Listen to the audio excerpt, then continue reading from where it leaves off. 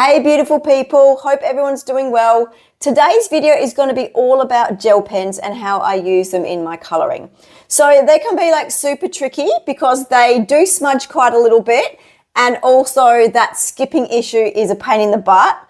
But I'm going to share some of my favourite tips and tricks on how to get the most out of using them.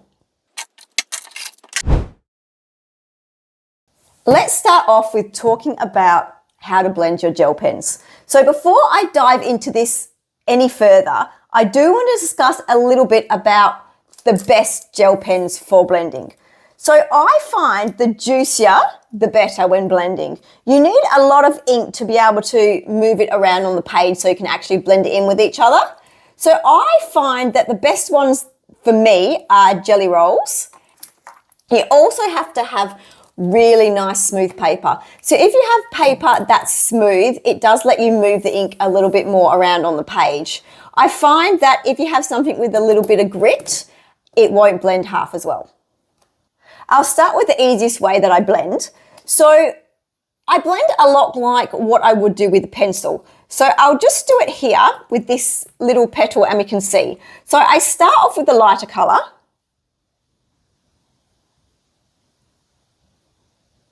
If you do find that your gel pen isn't working that well when you start off, the best thing to do is just get yourself a piece of scrap paper and just colour a little bit, prime it, get a little bit juicy, and then it should work a lot better. Sometimes they just need a little bit of priming when you start off.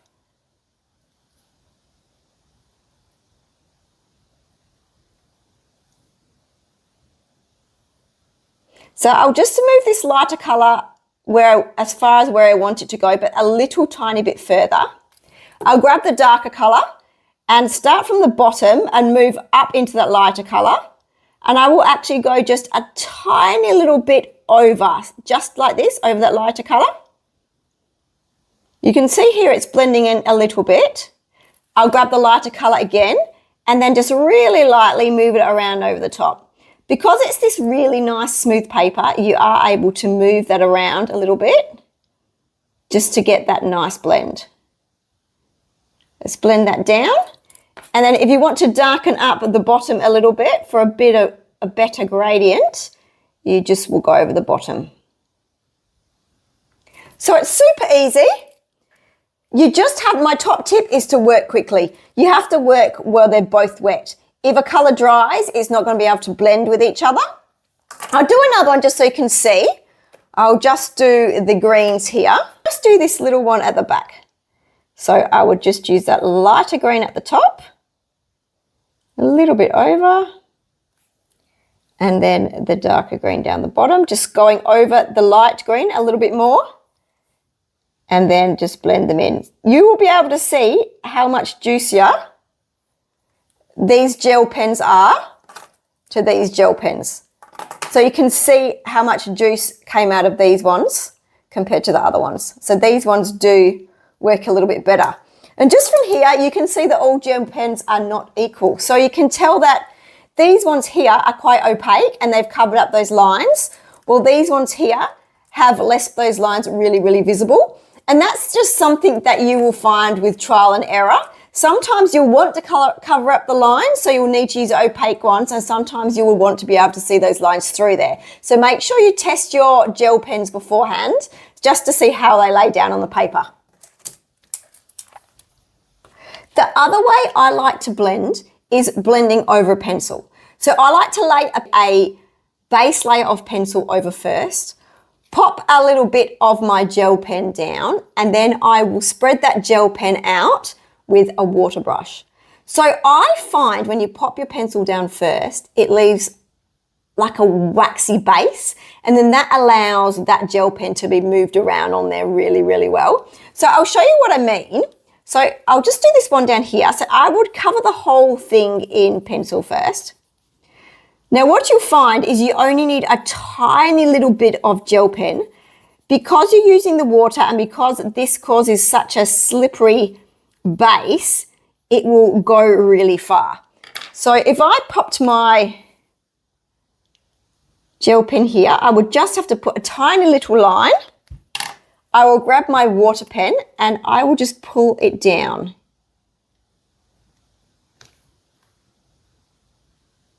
And you will see how it blends really lovely. You can also use the water brush to get a gradient from a darker down into a white. I found it works really well. So if you've got a white gel pen and you colour most of what you want with your white gel pen,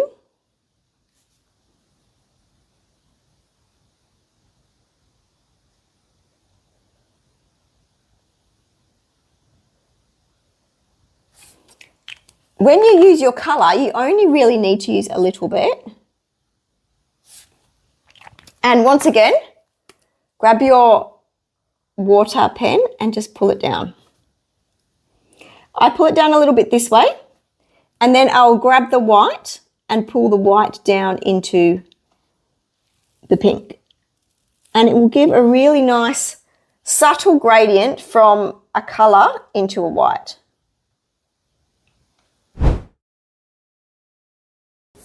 You can also use your gel pens to add a little bit of glitter and sparkle to your colouring in.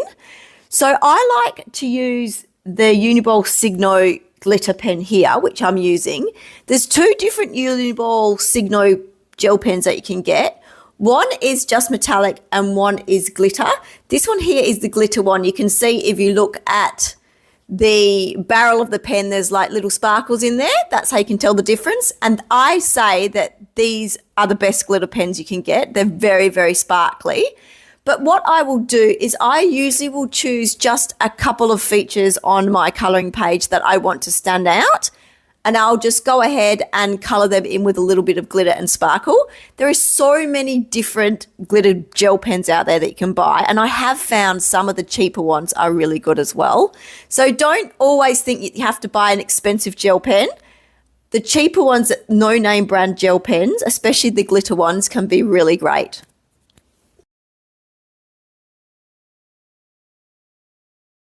And just here, I've poured in my Pentel Dual Metallic Hybrid pens, which are also one of my favourites. So they are colour shifting, which is really, really nice. Gives a little bit of extra something to your page. On this video, I don't really think you can see the colour shifting effect, but in real life, it's quite vibrant and very obvious.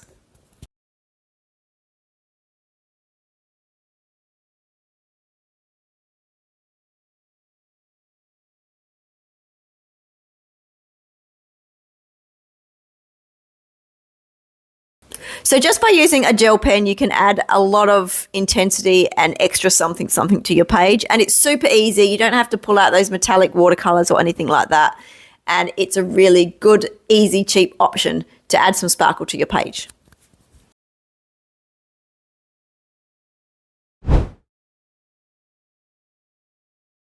You can also use your gel pens to cover up the black lines in your colouring pages. If you want to have that painted effect that you can see on some people's colouring pages, that's generally because you can't see the black lines anymore. So the easiest way to get rid of those black lines is to use a gel pen to cover them up. The only thing you have to be really careful with, as I said earlier, is you do have to make sure that your gel pen that you're using is super opaque and it will cover up the lines for you. I like to use my jelly rolls for covering up lines, and I also like to use my Langawi gel pens. The Langawi gel pens have a really, really nice thin tip, so they'll work for the more skinnier lines you've got to cover up, but the jelly rolls are really good for those thicker lines. If you notice here, what I'm doing is I'm just covering up the lighter colour. So as well as covering up that line, I'm also adding highlights as well. Another tip I'll give you while you're covering up lines is not to use a lot of pressure on your gel pen. Do it lightly. The lighter you push on your gel pen, the more ink is able to be released. So don't push down really hard. When you do that, the ink doesn't come out nice and flowy.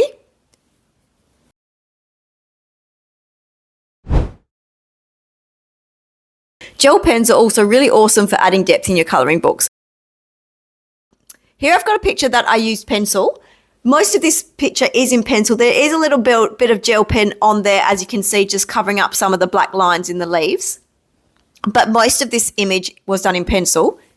And I just found at the end there wasn't very much contrast between the lighter areas and the darker shadowy areas. So I decided just to pop in a little bit of really dark colored gel pen, and you can notice that as I'm doing it, the difference in the depth is quite obvious. It's a super easy peasy way to add a little bit more depth to the parts of your images that you want to give a little bit of oomph to. So this is it zoomed out, and you can notice the depth of the shadows here is a lot better than the depth of the shadows that I've just done with the pencil down here. I cannot do a video on gel pens and not talk about the most frustrating thing about gel pens, which is skipping. So I find, especially when you're using them over colored pencil, they just skip. So if you're doing a straight line, generally, this is nice and straight because I don't have pencil over the top, but you'll find that sometimes it will stop like that. It will stop and start, and it will end up looking like that. There's a couple of tricks that I use to avoid this. The first one is when you are doing your line, don't do one big straight line. Try and do it in little bits. So if I was covering up this line here, instead of just going like this, I would really slowly fill it in with tiny little lines like this, and then you will not get any skipping. That looks messy, but if you do it neatly, you don't get any skipping at all, usually. It's hard to show you because there's no pencil down, but when there is pencil down, you will find out that lots of markers do skip.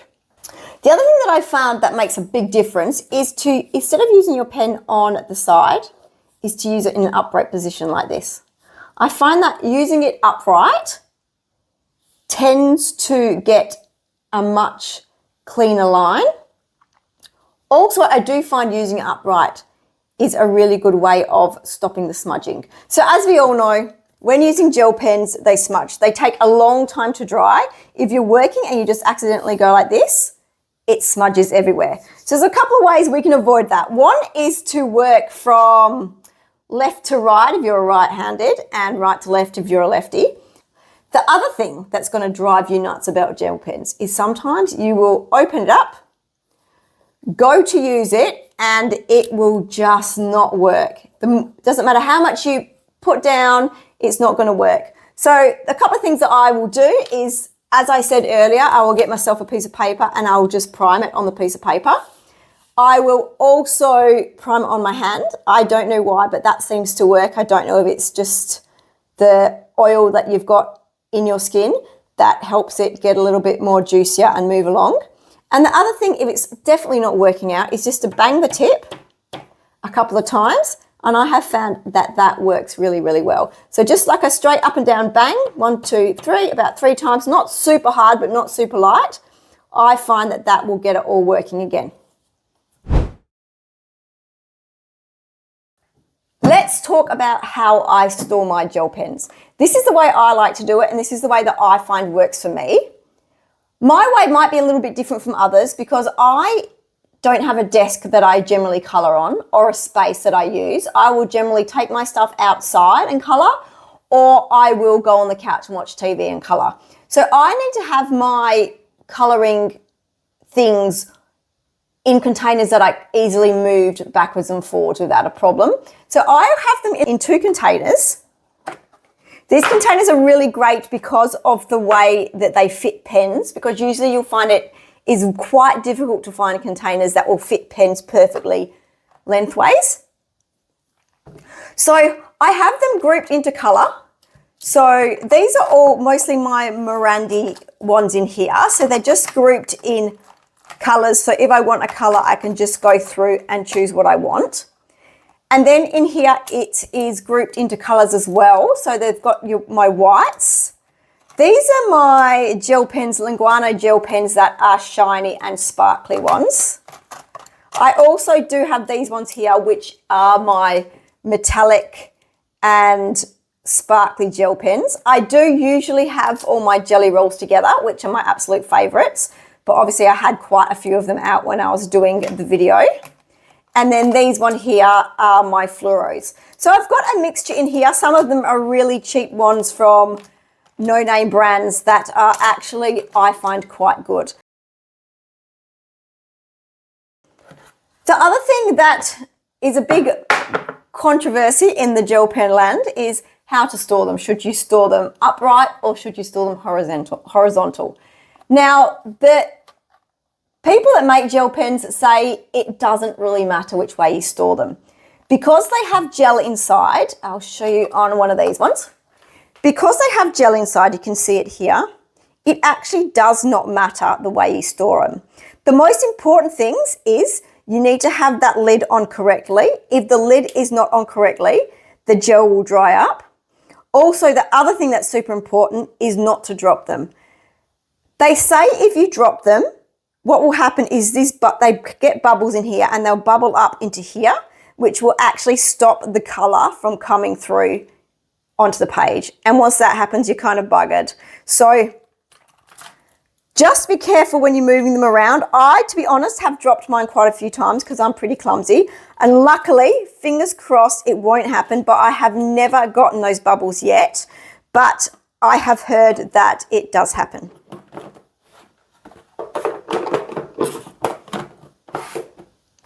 So that is everything I know about gel pens. I'm sure there is a lot more out there that I am yet to learn. But if any of that helped you out, I would love to know. Let me know in the comments. Or if you have any super duper tips that I did not mention, I would love to know them as well. So thank you so much for watching my video. And until next time, happy colouring. Bye.